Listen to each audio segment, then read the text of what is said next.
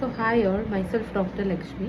ഞാൻ പീഡിയാട്രിക്സിൽ PG ചെയ്യുകയാണ്. എന്നോട് ഒത്തിരി അമ്മമാർ ചോദിക്കുന്ന ഒരു ഡൗട്ടാണ്, അവരുടെ കുട്ടിയുടെ വെയിറ്റ് പറഞ്ഞിട്ട് ഇത് ഡോക്ടർ എൻ്റെ മോൾക്ക് 2 മാസമായി, ഇപ്പം 4 കിലോയാണ്, ഇപ്പോൾ അത് കറക്റ്റ് വെയിറ്റ് ആണോ എന്നുള്ളത് സ്ഥിരം എനിക്ക് കിട്ടുന്ന ക്വസ്റ്റ്യൻസ് ആണ്.